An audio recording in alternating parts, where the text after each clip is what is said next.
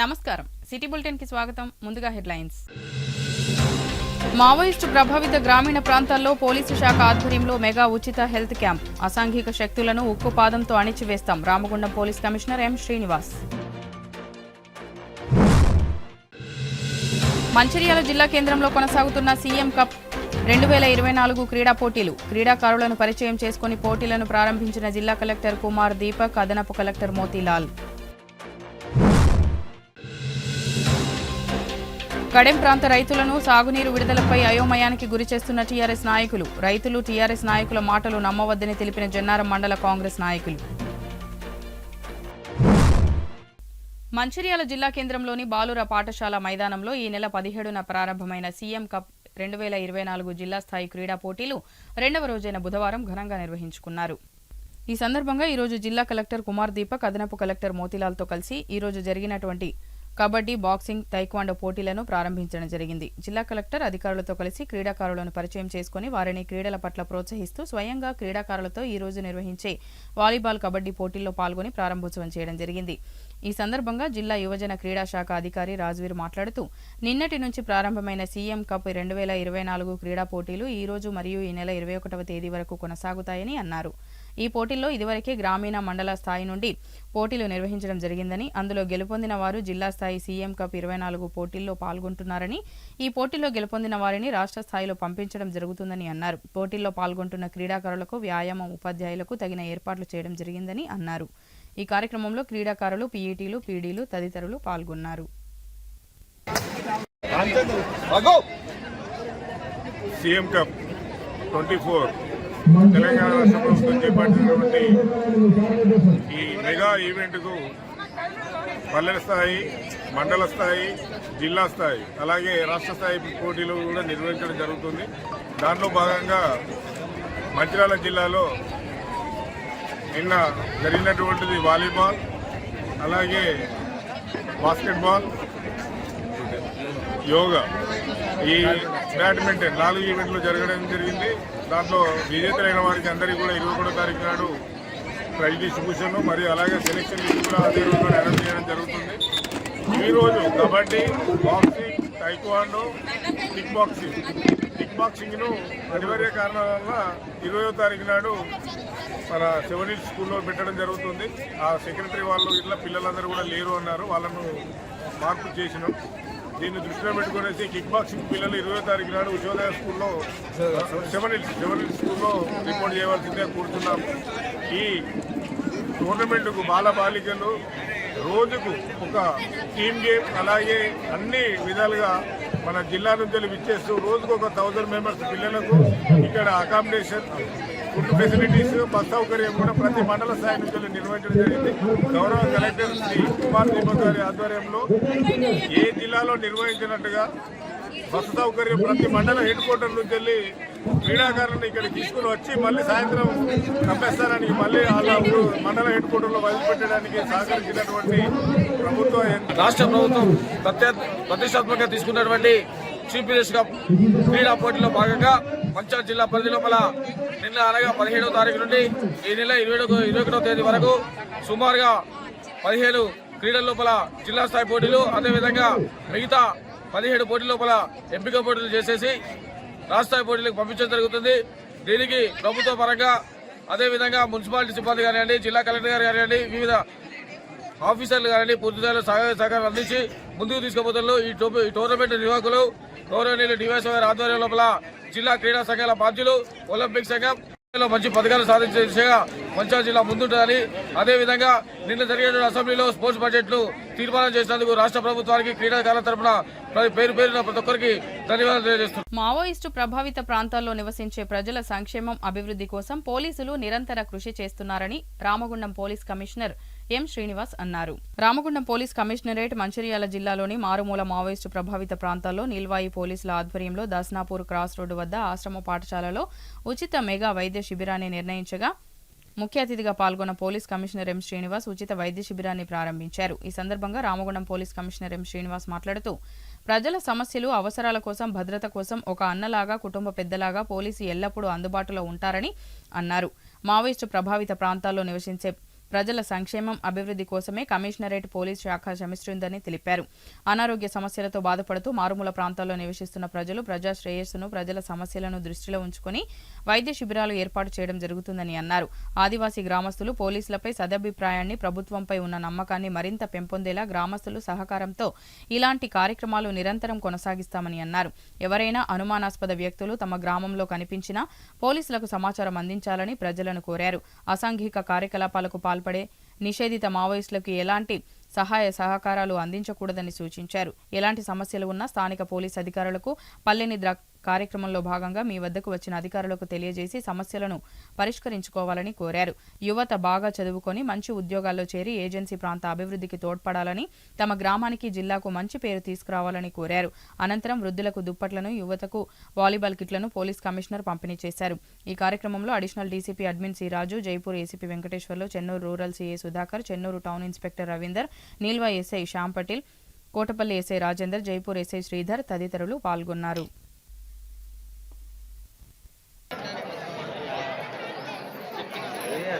ఇందాక మా ఇన్స్పెక్టర్ గారు చెప్పినట్టు వచ్చినప్పటి నుంచి ఈ రామగుండం కమిషనరేట్లో అసాంఘిక కార్యక్రమాలకి అగెనిస్ట్గా మనం ఉత్పాదం మోపిస్తున్నాము. అలాగే ఎక్కడ కూడా ప్రజలకి ఇబ్బంది కలిగించకుండా ప్రజల యొక్క మానవ ధనాలు మనము ఎట్లా కాపాడాలి, ఏమేమి మెథడ్స్ ఉపయోగిస్తే బాగుంటుంది, ఏం చేస్తే బాగుంటుంది అని చెప్పేసి కార్యక్రమాలు చేపడుతూ ఉన్నాము. ఇందాక నేను చెప్పారు మీకు, మనం చేపట్టిన కార్యక్రమాలకి చాలా సత్ఫలితాలు వస్తున్నాయి. పబ్లిక్ అంతా చాలా హ్యాపీగా ఉన్నారు, తర్వాత కాన్ఫిడెంట్గా ఉన్నారు. అలాగే ఈ మావోయిస్ట్కి అగెనిస్ట్గా కానీ, నక్సలిస్ట్కి అగెనిస్ట్గా కానీ మన వాళ్ళు అక్కడ అటు దిక్కు చూపు మలచకుండా ఎన్నో కార్యక్రమాలు చేపట్టాము. తర్వాత దాంట్లో భాగంగానే రీసెంట్గా 4 months బ్యాక్ మనము ఇక్కడ యూత్ ఎంపవర్మెంట్ కోసము, యూత్ కోసం మనం ఇక్కడ వాళ్ళ యొక్క స్కిల్స్ డెవలప్మెంట్ చేసుకోవడం కోసం ఒక కార్యక్రమం చేపట్టాము. వాళ్ళకి కావాల్సిన రిక్వెస్ట్లు ఏముంటే అవన్నీ కిట్స్ కానీ, స్పోర్ట్స్ కిట్స్ కానీ ఇవ్వడం జరిగింది. దాని తర్వాత ఇక్కడ చాలా మెడికల్ ఫెసిలిటీస్ దూరంగా ఉన్నాయి. గ్రామాలకి మెడికల్ ఫెసిలిటీస్ వాళ్ళకి ఏమైనా ప్రాబ్లమ్స్ ఉన్నాయని కూడా మాకు ఇన్ఫర్మేషన్ వచ్చింది. దాని ప్రకారంగా దాంట్లోని ఎలా సాల్వ్ చేయొచ్చు వాళ్ళకి అనేది ఆలోచించి ఒక మెడికల్ క్యాంప్ పెడితే బాగుంటుంది అని చెప్పేసి మా ఆఫీసర్స్ చెప్పారు. దానికి నేను వెంటనే ఇట్ ఇస్ మంచి ఐడియా, ఇది మెడికల్ క్యాంప్ పెట్టండి అని ప్రోత్సహించాను. వాళ్ళు దానికి తగ్గట్టుగా ఈ ఏర్పాట్లన్నీ చేశారు. ఈ ఏర్పాట్లు చాలా ఘనంగా ఏర్పాటు చేశారు. తర్వాత ఇక్కడికి మా యొక్క విన్నపాన్ని అందుకొని వచ్చిన అందరు డాక్టర్స్కి నేను కృతజ్ఞతలు తెలియజేస్తున్నాను. ఎప్పుడైనా సరే అందరూ చేయేస్తేనే ఏదైనా సాధించడం జరుగుతుంది. అలాగే పోలీస్ యొక్క విన్నపాన్ని మన్నించి వచ్చిన అందరికీ మీ యొక్క ధన్యవాదాలు. అలాగే పబ్లిక్ అందరికీ ఇక్కడ చాలా మంది వయసు ఉన్న వాళ్ళు వచ్చారు. తర్వాత ఇక్కడ చూస్తుంటే కంటి సంబంధించింది, జనరల్ ఫిజిషియన్, తర్వాత డెంటల్ సంబంధించింది, తర్వాత ఉమెన్ రిలేటెడ్ సంబంధించిన అన్ని స్టాల్స్ పెట్టడం జరిగింది. మీరు దయచేసి అందరూ ఈ ఆసిఫాబాద్ మండలం జనకాపూర్ జెడ్పీహెచ్ఎస్ పాఠశాలలో గాయపడిన విద్యార్థికి హెచ్ఎం చికిత్స అందించాలని డిమాండ్ చేస్తూ బుధవారం మధ్యాహ్నం బాధిత విద్యార్థి కుటుంబ సభ్యులు పాఠశాల ఎదుట బైఠాయించి నిరసన తెలిపారు. విద్యార్థి కుటుంబ సభ్యులు తెలిపిన వివరాల ప్రకారం ఆసిఫాబాద్ మండలంలోని జనకాపూర్ జిల్లా పరిషత్ ఉన్నత పాఠశాలలో గత సోమవారం పీటీ ఉపాధ్యాయుడు పిల్లలను కబడ్డీ ఆడిపిస్తున్న క్రమంలో అదే పాఠశాలలో 10వ తరగతి చదువుకుంటున్న విద్యార్థి అఖిల్కు ప్రమాదవశాత్తు ముక్కుకు దెబ్బ తాకింది. తీవ్ర స్రావం కావడంతో స్థానిక ప్రైవేటు ఆసుపత్రికి తరలించగా వైద్యులు పరీక్షించి మంచిర్యాలకు రిఫర్ చేశారు. ఓ ప్రైవేట్ హాస్పిటల్ చేర్పించగా విద్యార్థి వైద్యం కోసం రోజు 20 నుంచి 30,000 ఖర్చు అవుతుందని, ఆ భారం తాము భరించలేమని కుటుంబ సభ్యులు ఆసుపత్రిలో చికిత్స పొందుతున్న అఖిల్ను అంబులెన్స్లో తీసుకొచ్చి పాఠశాల ఎదుట నిరసన తెలుపుతున్నారు. వైద్యానికి అయ్యే ఖర్చులు పాఠశాల యాజమాన్యమే భరించాలని డిమాండ్ చేస్తూ ఆందోళన చేపట్టారు. ఉదయ్ బాబు సార్ కబడ్డీ ఆడిపించిండ్రు సార్లు. కబడ్డీ ఆడిపించిన తర్వాత ఇక్కడనే జరిగింది కదా సార్. వీళ్ళ రెస్పాన్సిబిలిటీ తీసుకోవాలి. మేము మా దగ్గర ఉన్నంత వరకు మేము పెట్టుకున్నాం.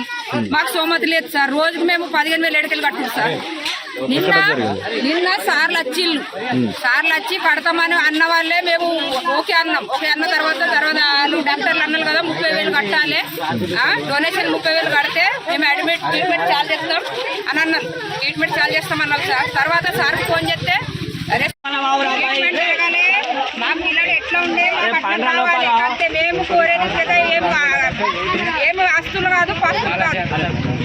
ఆ పిల్లడు ఎట్లా ఉండే అంటే విద్యార్థులకు ఉద్యోగాలను ఇచ్చే విద్యను అందజేయాలని సింగరేణి ఏరియా జీఎం దేవేందర్ సూచించారు. బుధవారం శ్రీ చైతన్య పాఠశాల ఆధ్వర్యంలో జరిగిన క్రీడలకు ఆయన ముఖ్య అతిథిగా హాజరయ్యారు. ఈ సందర్భంగా ఆయన మాట్లాడుతూ నేటి పరిస్థితిలో విద్యార్థులు దేశ భవిష్యత్తుకు వారి విద్య చాలా అవసరమని పేర్కొన్నారు. ముఖ్యంగా క్రీడల పట్ల విద్యార్థులు ఆసక్తి పెంచుకోవాలని, జాతీయ స్థాయిలో విద్యార్థులు రాణించాలని సూచించారు. ముఖ్యంగా కోల్ బెల్ట్ ఏరియాలో అన్ని వనరులు ఉన్నాయని వాటిని వినియోగించుకొని విద్యార్థులు ఒక్కొక్క మెట్టు ఎక్కుతూ ఉన్నత స్థాయిలో ఉండాలని సూచించారు. శ్రీ చైతన్య అంటేనే విద్యార్థులకు ఒక వరం లాంటి విద్యా సంస్థ అని ఆయన పేర్కొన్నారు. ఎంతో మంది విద్యార్థులకు వారి బంగారు భవిష్యత్తుకు బాటలు వేస్తున్న శ్రీ చైతన్యకు నా అభినందనలని తెలిపారు. క్రీడలతో పాటు విద్యార్థులు చదువులో బాగా రాణించాలని, అప్పుడే తల్లిదండ్రుల ఆశయాలు నెరవేరుతాయని, సమాజంలో మంచి విలువ ఉంటుందని ఆయన సూచించారు. ఈ కార్యక్రమంలో అధికారులు, నాయకులు, ఉపాధ్యాయులు, విద్యార్థులు తదితరులు పాల్గొన్నారు. మరి ఈరోజు శ్రీ చైతన్య స్కూల్స్ వారు ఎంతో శ్రమ కోర్చి మీ అందరికీ ఈ 1 డే స్పోర్ట్స్ మీట్ కండక్ట్ చేస్తున్నారు. ఈ 1 డే స్పోర్ట్స్ మీట్ లో జోనల్ స్థాయిలో గెలిచిన విద్యార్థులు మరియు మళ్ళీ స్టేట్ స్థాయిలో ఇంకా మీ స్కూల్ యాజమాన్యం ఆల్ ఇండియా లెవెల్లో మీరు పార్టిసిపేట్ చేసే అవకాశం ఉంటుంది. మరి ప్రతి విద్యార్థి ఈ పోటీలలో ఎంతో ఉత్సాహంగా పాల్గొంటూ మరి ఎటువంటి ఇండిసిప్లిన్ కి తావివ్వకుండా మరి స్పోర్ట్స్ మీట్స్ లో పాల్గొని సక్సెస్ కావాలని నేను అభిలషిస్తున్నాను. మరి విద్యార్థులందరూ తమ విద్యా సమయాన్ని స్పోర్ట్స్ కే కాకుండా ఇంకా చదువుకోవడానికి, జ్ఞాన సముపార్జనకి వినియోగించుకోవాలని, మరి ఇటువంటి స్పోర్ట్స్ మీట్ కండక్ట్ చేయడం వలన విద్యార్థుల్లో ఉత్సాహము రేకెత్తుంది మరియు వారు జీవితంలో మంచి పౌరులుగా తయారు కావడానికి ఉపయోగపడుతుంది. శ్రీ చైతన్య స్కూల్స్ వారు మరి ఆల్ ఇండియా లెవెల్లో దాదాపు 450 స్కూల్స్ మేనేజ్ చేస్తూ మరి 1,00,000 మంది విద్యార్థులకి విద్యను అందజేస్తున్నారు. మరి ప్రతి తల్లి తండ్రి వారి యొక్క పిల్లలు జీవితంలో అభివృద్ధి చెందాలని, మరి ముందుకెళ్లాలని ఎంతో ఆశతోటి ఇటువంటి మరి పేరెన్నిక కన్న ప్రైవేట్ స్కూల్స్ లో చదివిపిస్తున్నారు. మరి విద్యార్థులందరికీ మీ పైన చాలా గురుతరమైన బాధ్యత ఉంది. మరి ఏదైతే టీచర్స్ చెప్పారో ఆ పాఠాలను క్షుణ్ణంగా చదువుకొని మీ తల్లిదండ్రుల యొక్క ఆశయాలను నెరవేర్చాల్సిన బాధ్యత మీపైన ఉంది. మహారాష్ట్రలోని చంద్రాపూర్ జిల్లా మాకుడి రైల్వే స్టేషన్ సమీపం కొమరంభీం ఆసిఫాబాద్ జిల్లా సరిహద్దు ప్రాంతంలో పులి మాకుడి రైల్వే స్టేషన్ వద్ద రైల్వే పట్టాలు దాటుతున్న దృశ్యం గ్రామస్తులను కంటపడింది. పులి సంచరించిన ప్రాంతం సిర్పూర్ మండల కేంద్రానికి కేవలం 10 కిలోమీటర్ల దూరం ఉన్నట్లు సమాచారం. మహారాష్ట్ర నుండి ఆసిఫాబాద్ కొమరంభీం సరిహద్దు ద్వారా తెలంగాణ ప్రాంతంలోకి వచ్చే అవకాశాలు ఉన్నట్లు తెలుస్తోంది. గత 10 రోజుల క్రితమే ఆసిఫాబాద్ జిల్లాలో పులి సంచారం మరియు కొంతమందిపై దాడి ఘటన మరొక ముందే ఆసిఫాబాద్ జిల్లా సరిహద్దుల్లో పులి కనిపించడం జిల్లా వాసులను ఆందోళనకు గురిచేస్తుంది. ఈ ఘటన పట్ల అటవీశాఖ అధికారులు, జిల్లా అధికారులు ప్రజలను అప్రమత్తం చేస్తూ తగు చర్యలు తీసుకోనున్నట్లు తెలుస్తోంది. మంచిర్యాల జిల్లాలో పెరిగిన ధరలకు అనుగుణంగా ఇటుక బట్టి కార్మికుల కూలీ రేట్లను పెంచాలని ప్రభుత్వాన్ని కోరుతూ ఈ రోజు ఐఆర్టీయూ రాష్ట్ర అధ్యక్షులు కె జయరావు డిమాండ్ చేశారు. ఈ సందర్భంగా జయరావు మాట్లాడుతూ రాష్ట్రంలో అన్ని నిత్యావసర వస్తువుల ధరలు గణనీయంగా పెరిగి పేద బడుగు వర్గాల ప్రజలకు భారంగా మారాయని అంటూ అందుకు అనుగుణంగా ఇటుక బట్టి కార్మికులకు 1000 ఇటుక తయారీకి 1500 రూపాయలు ఇవ్వాలని, ఇటుకలు మోసినందుకు 800 రూపాయల కూలీ రేట్లు పెంచాలని, అలాగే ఇటుక బట్టి కార్మికులను అన్ని సౌకర్యాలు కల్పించాలని, ఇన్సూరెన్స్ సౌకర్యం కూడా కల్పించేలా యాజమాన్యం చర్యలు తీసుకోవాలని ఆయన డిమాండ్ చేశారు. ఈ కార్యక్రమంలో ఐఆర్సీపీ రాష్ట్ర కార్యదర్శి నయనాల వెంకటేశ్వర్లు, సిపిఎం జిల్లా కార్యదర్శి సంఖ్య రవి, వ్యవసాయ కార్మిక సంఘం జిల్లా అధ్యక్షులు బ్రహ్మయ్య, ఇటుకబట్టి కార్మికులు లచ్చన్న, కోయిల మారయ్య, తిరుపతి, బోయిన శంకరి, కుర్మ తిరుపతి, వేల్పుల రాజేశం, రాజ్యం తదితరులు పాల్గొన్నారు. ప్రియమైన కార్మిక సోదరులారా, భారత విప్లవ కార్మిక సంఘం దాని అనుబంధ సంఘం అయినటువంటి ఇటుకబట్టి కార్మిక సంఘం యొక్క జనరల్ బాడీ సమావేశాన్ని ఈ రోజు ఇక్కడ నిర్వహించుకోవడం జరుగుతూ ఉంది. ఈ పెరుగుతున్నటువంటి ధరలకు అనుగుణంగా ఇటుకబట్టి కార్మికుల యొక్క కూలీ రేట్లను పెంచుకోవడం అనేటువంటిది గత 30 సంవత్సరాలుగా కొనసాగుతూ ఉంది. 2 సంవత్సరాలకు ఒకసారి అగ్రిమెంట్ను చేసుకోవడం జరుగుతూ ఉంది. బయట నిత్యావసర వస్తువుల ధరలు విపరీతంగా పెరుగుతూ ఉన్నాయి. పెరిగినటువంటి ధరలకు అనుగుణంగా కూలీ రేట్లను పెంచాలని చెప్పేసి 1000 ఇటుకల తయారీకి 1500 రూపాయలు ఇవ్వాలని, అదేవిధంగా 1000 ఇటుకల మూతకు 800 రూపాయలు ఇవ్వాలని, చట్టబద్ధమైనటువంటి హక్కులు కల్పించాలని, అక్కడ పనిచేస్తున్నటువంటి కార్మికులకు షెడ్లు, అదేవిధంగా వంట సరుకులు, అట్లాగే మంచినీరు, అక్కడ ఉన్నటువంటి పిల్లలకు చదువు, అక్కడ ప్రమాదాలు జరిగినప్పుడు వైద్యం, అదేవిధంగా ప్రతి కార్మికుడికి ఇన్సూరెన్స్ కార్డు అనేటువంటిది యాజమాన్యాలు చేపించడం లేదు. ప్రమాదాలు జరిగినప్పుడు చేతులు ఎత్తేస్తా ఉన్నారు. మేము గతంలో యూనియన్ తరపున, మా సంఘం తరపున అనేక సార్లు అధికారులతోటి మేము ఏవైతే ఉన్నాయో ఇన్సూరెన్స్ కార్డులు చేపించాం కొందరికి. అట్లాగే కొంతమందికి ఇక కార్డ్స్ లేవు, యాజమాన్యం పట్టించుకోవడం లేదు. ఒకవేళ ఇన్సూరెన్స్ కార్డు యాజమానులు చేపించినట్లయితే, వాళ్ళ ప్రమాదాలు జరిగి మరణించినట్లయితే 5 లక్షల రూపాయలు గవర్నమెంట్ ద్వారా చెందే అవకాశాలు ఉన్నాయి కనుక వాటిని కూడా కోల్పోతా ఉన్నారు. అక్కడ ప్రమాదాలు జరుగుతూ ఉన్నాయి. ఏ యజమాని కూడా పట్టించుకోవడం లేదు. వాళ్ళు రాత్రింబవళ్ళు దూర ప్రాంతాల నుంచి ఇక్కడికి వలసలుగా వచ్చి భార్య పిల్లలతోటి చలిలో వణుకుతూ, వానలో తడుస్తూ, ఎండలో ఎండుతూ, ఆ ప్రాంతంలో ఏదైతే ఉన్నదో చీకట్లో పనిచేస్తూ ఉన్నారు. ఆ పనిచేస్తున్నటువంటి సందర్భంగా వాళ్ళకి అనేక రకాల ప్రమాదాలు జరుగుతూ ఉన్నాయి. ఆ ప్రమాదాల గురించి లేబర్ అధికారులు కానీ సంబంధిత అధికారులు కానీ పట్టించుకోవడం లేదు. మేము గతంలో అనేక సార్లు కూడా వాళ్ళ దృష్టికి తీసుకెళ్ళాం, అయినా కూడా అధికారులు పట్టించుకోవడం లేదు. మేమే యూనియన్ ద్వారా పెద్ద ఎత్తున ఆందోళన కార్యక్రమాలు చేపడతా ఉన్నాం. సమస్యలను యాజమాన్యాల దృష్టికి తీసుకెళ్తా ఉన్నాం. డిమాండ్ నోటీస్ ద్వారా వాటిని పరిష్కరించుకోవడానికి మేము ప్రయత్నం చేస్తూ ఉన్నాం. అదేవిధంగా ఇవాళ జనరల్ బాడీ సమావేశంలో ఏదైతే ఉందో పెరిగినటువంటి ధరలకు అనుగుణంగా కూలీ రేట్లను పెంచాలని చెప్పేసి యాజమాన్యాన్ని కోరుతా ఉన్నాం. సానుకూలంగా స్పందించి చర్చలకు రావాలి. అలా రాని పక్షంలో ఆందోళన కార్యక్రమాలు చేపడతాం. జరగబోయేటటువంటి పరిణామాలకు యాజమాన్యమే పూర్తి బాధ్యత వహించాల్సి ఉంటుంది. కావున అధికారులు మానవీయ కోణంలో ఆలోచించాలి. వాళ్ళు రాత్రింబవళ్ళు కష్టపడతా ఉన్నారు. భార్య పిల్లలతో ఇక్కడ వచ్చేసి పనిచేస్తూ ఉన్నారు. ప్రమాదాలు జరుగుతూ ఉన్నాయి. పట్టించుకోవాలని చెప్పేసి యజమానులను కూడా కోరుతా ఉన్నాం. ఏదైతే ఉన్నదో ఇటుక బట్టి కార్మికులకు, వాళ్ళ పిల్లలకు మంచి మెరుగైనటువంటి విద్యను అందించాలి. అదేవిధంగా పాఠశాలలు పెట్టాలి. వాళ్ళకు ప్రమాదాలు జరిగినప్పుడు ఫస్ట్ ఎయిడ్ ట్రీట్మెంట్ కూడా వాళ్ళకు అందించాలి. వాళ్ళ కూలీ రేట్లను ఇచ్చేసి వాళ్ళ కుటుంబ సభ్యులుగా వాళ్ళను కూడా చేరదీయాలని చెప్పి యాజమాన్యాన్ని కోరుతా ఉన్నాం. ఒకవేళ దానికి విస్మరించినట్లయితే రాబోయే ఉద్యమాలకు, అక్కడ జరుగుతున్నటువంటి పరిణామాలకు యాజమాన్యమే బాధ్యత వహించాల్సి ఉంటుంది. ప్రభుత్వాన్ని కూడా మేము ఈ సందర్భంగా హెచ్చరిస్తా ఉన్నాం. ప్రభుత్వ అధికారులు ఆఫీసులకే పరిమితం కావడం కాదు, పని స్థలాలలోనికి రావాలి.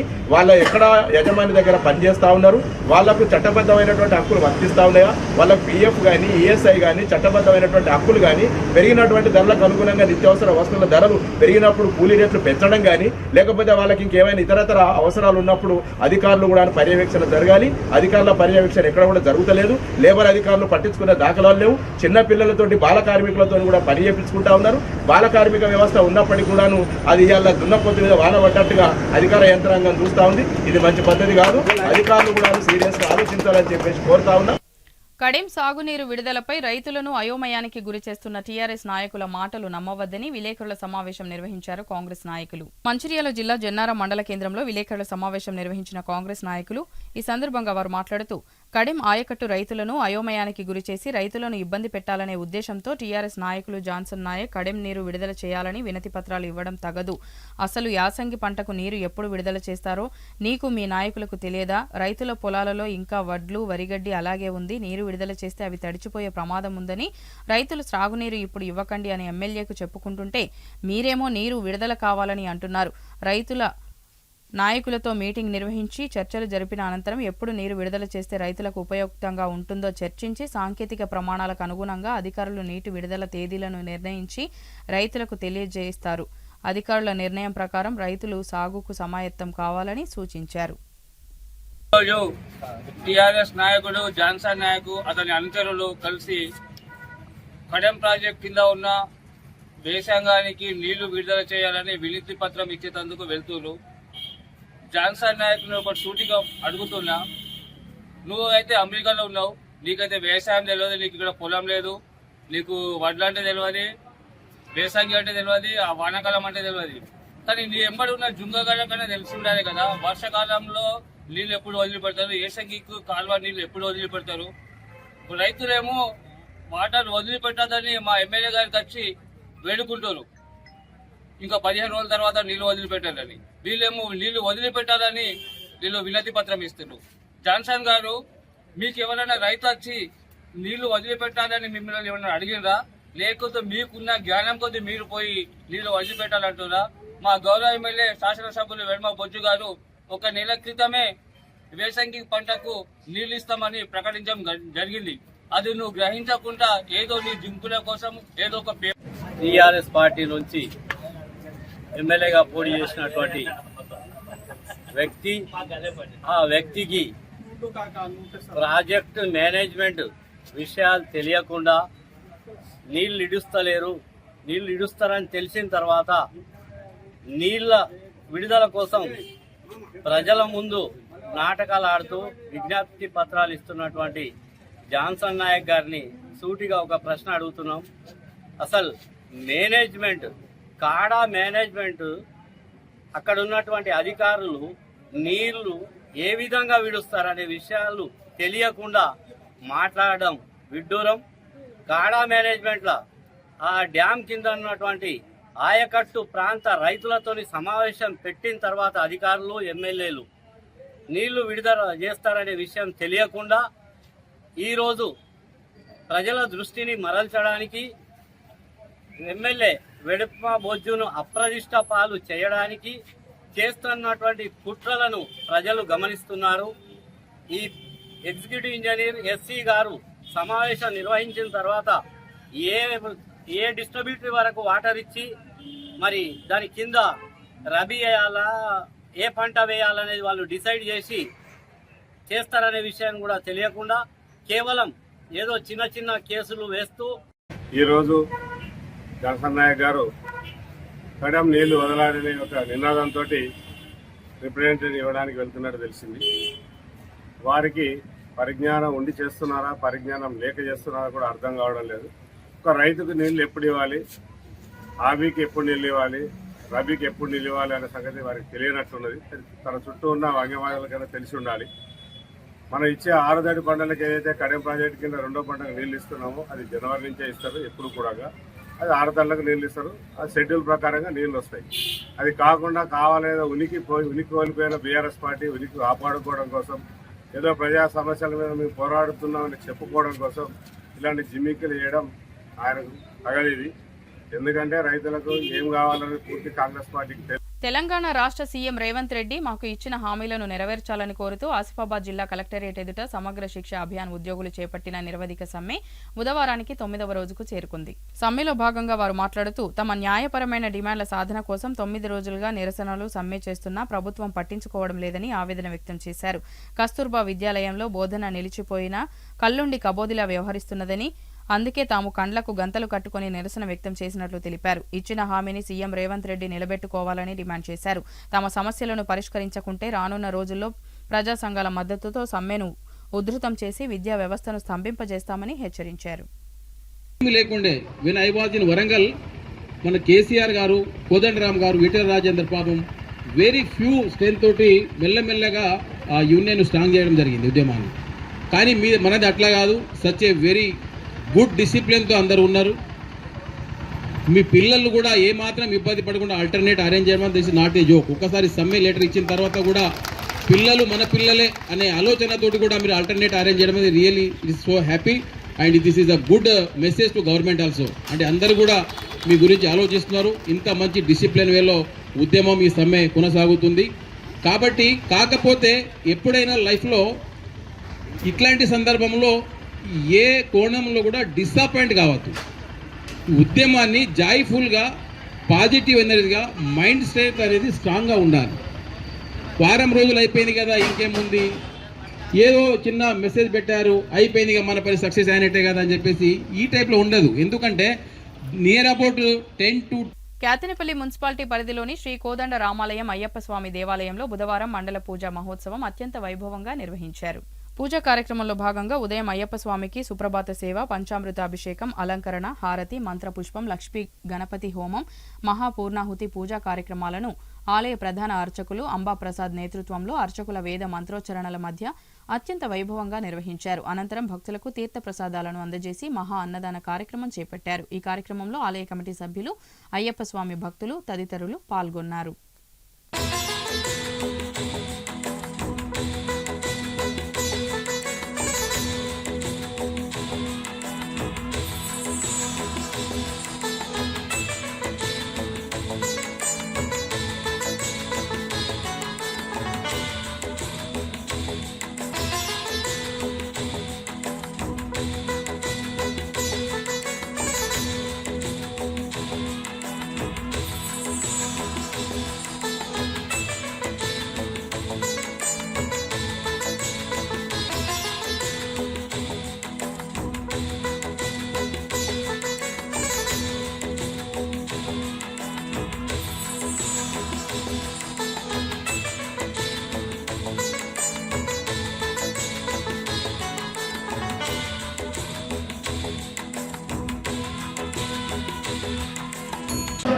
సాంచరణ సామేశ్వరయ్యప్ప మన రామకృష్ణాపూర్లోని కోదండరామలో వెంచినటువంటి హరిహర క్షేత్రం మయ్యప్ప స్వామి వారి ఆలయ ప్రాంగణంలో ఈ రోజు అత్యంత వైభవంగా మరి దివ్య 18 కలశా పూజ కార్యక్రమం శ్రీ గడ్డం రమేష్ గురుస్వామి గారి నిర్వహించబడుతున్నది. అదేవిధంగా ఈ రోజు ఉదయం 5 గంటలకి స్వామివారికి సుప్రభాత సేవ, 8 గంటలకి అభిషేకము మరియు లక్ష్మీ గణపతి హోమము, 12:30 నిమిషాలకు పూర్ణాహుతి కార్యక్రమం నిర్వహించాము. అదేవిధంగా 1 గంటకి శాస్త్రాభివృద్ధి అనగా అన్నదాన కార్యక్రమం అంగరంగ వైభవంగా మరి నిర్వహిస్తున్నాము. ఈ యొక్క అన్నదాన కార్యక్రమం అనంతరం సాయంత్రం 6 గంటలకి దివ్య 18 కలశా పూజ కార్యక్రమము అత్యంత వైభవంగా మరియు మాతా స్వాములకు ప్రత్యేకంగా కుంకుమ పూజ కార్యక్రమాలు శ్రీ అంబప్రసాద్ గారిచే నిర్వహించబడును. మరి సాయంత్రము అదేవిధంగా మరి పూజా కార్యక్రమం అనంతరము మరియు అయ్యప్ప స్వాములకు మాతా స్వాములకు అందరికీ కూడా అల్పాహారం కూడా ఏర్పడడం జరిగింది. స్వామిచరణం ఈ యొక్క మహాపడిపూజ కార్యక్రమం ఇచ్చేసినటువంటి భక్తులకు మరియు అయ్యప్ప స్వాములకు సివిల్ స్వాములకి మా యొక్క రామాలయం అయ్యప్ప సేవా బృందం తరపున ప్రత్యేక ధన్యవాదాలు చేస్తున్నాం. స్వామిచరణం స్వామి. బులెటిన్ ముగించే ముందు మరోసారి ముఖ్యాంశాలు. మావోయిస్టు ప్రభావిత గ్రామీణ ప్రాంతాల్లో పోలీసు శాఖ ఆధ్వర్యంలో మెగా ఉచిత హెల్త్ క్యాంప్. అసాంఘిక శక్తులను ఉక్కు పాదంతో అణిచివేస్తాం. Ramagundam police commissioner M Srinivas. Mancherial జిల్లా కేంద్రంలో కొనసాగుతున్న సీఎం కప్ 2024 క్రీడా పోటీలు. క్రీడాకారులను పరిచయం చేసుకుని పోటీలను ప్రారంభించిన జిల్లా కలెక్టర్ కుమార్ దీపక్, అదనపు కలెక్టర్ మోతీలాల్. కడెం ప్రాంత రైతులను సాగునీరు విడుదలపై అయోమయానికి గురిచేస్తున్న టీఆర్ఎస్ నాయకులు. రైతులు టీఆర్ఎస్ నాయకుల మాటలు నమ్మవద్దని తెలిపిన జన్నారం మండల కాంగ్రెస్ నాయకులు. సిటీ న్యూస్ ఇంతటితో సమాప్తం. తిరిగి ప్రసారమయ్యే సిటీ న్యూస్లో మళ్ళీ కలుద్దాం. అంతవరకు సెలవు. నమస్కారం.